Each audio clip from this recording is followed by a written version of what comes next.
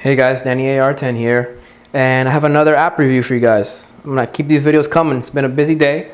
I have an iPad app review of the ESPN Scorecenter XL. It is ESPN's version of Scorecenter that they had on the iPhone, but for the iPad. Unlike the iPhone version, which is free, this one actually costs $4.99, but I did pick it up because I love the one on the iPhone and figured on the iPad, even more features, more video would be just as good. So here's my impressions, here's my review of what I think. Off the bat, I will get out of there that a lot of people will check the reviews on the app store not being very favorable. That is because when they first launched it, it had a lot of problems with the servers. Videos wouldn't load up. It'll be an endless loop of the little circle Apple uses. It'll continue to reload and never really, process the page like it just did now.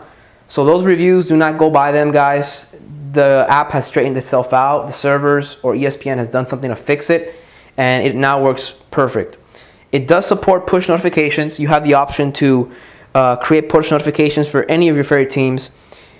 You have the option up here when you click up here to go to My Teams, and here basically you have the scoreboard for and a list of your favorite teams. In the situation, I live in Florida, Miami, so my favorite teams are the Marlins, Dolphins, and Heat. So I created push notifications for each one of those three teams. So anytime a game starts or something major happens, I'll get a push notification letting me know the status.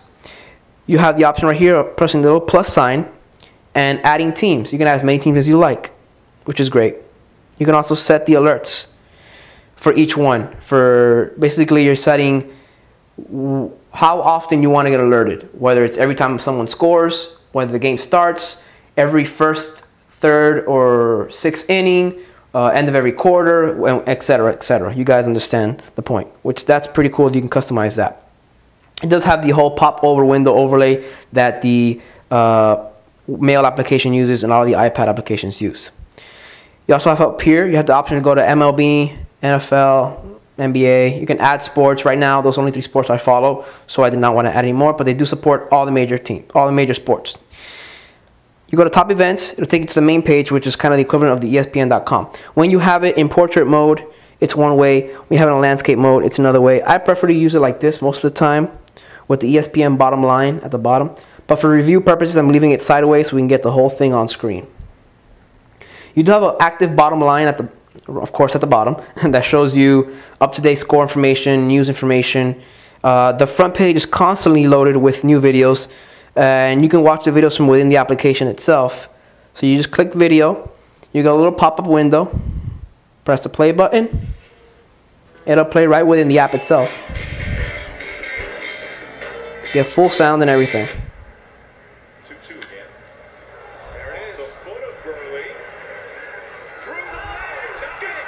And that was a great play last night for those who did see it. But again, it has a little X button right here. You can go ahead and exit out. You have more video clips on here. You have the equivalent of like ESPN.com's news column. More news. You can arrange it by sports. Up here, you can click news and video. Takes you back to the same page, but that's where I was. Sorry. Up here, you have a history of what you've recently seen. It'll show all the recent news articles, all the recent videos you've seen, and you can go back to them at any time. On the left-hand side here, you have your box scores or your scoreboards. In this situation, there hasn't been any games that have been played yet today. So I'm just going to click a preview of the Yankees-Red Sox game. It'll give you a full preview of the game, an article basically, pitching matchups, whatnot. During the game, you get live stats, updates, push notifications, play-by-play, the whole 9 yards. It is great for those who do not want to spend the $15 on the MLB.com app for the whole season. You don't get the live audio, but you do get in-game video. You get updates as the game progresses, which is excellent. For the price, $5 compared to $15, it's a great buy. It's a nice interface. It's a beautiful interface. They upgraded on the mobile version, which I loved. And I love how you can always stay up to date with your team's latest news. So it pulls news from ESPN.com for your favorite teams, and you can switch between them by just clicking the teams at the top. It'll give you all the new articles pulled from the website, along with video for your team. I think it's great. I think it's worth the $5. It's not a fee associated application like MLB.com. You don't got to pay for MLB TV, and you don't have to renew it every year, which you have to do with the MLB.com app. This is a one-time purchase. You have it for the life of the application.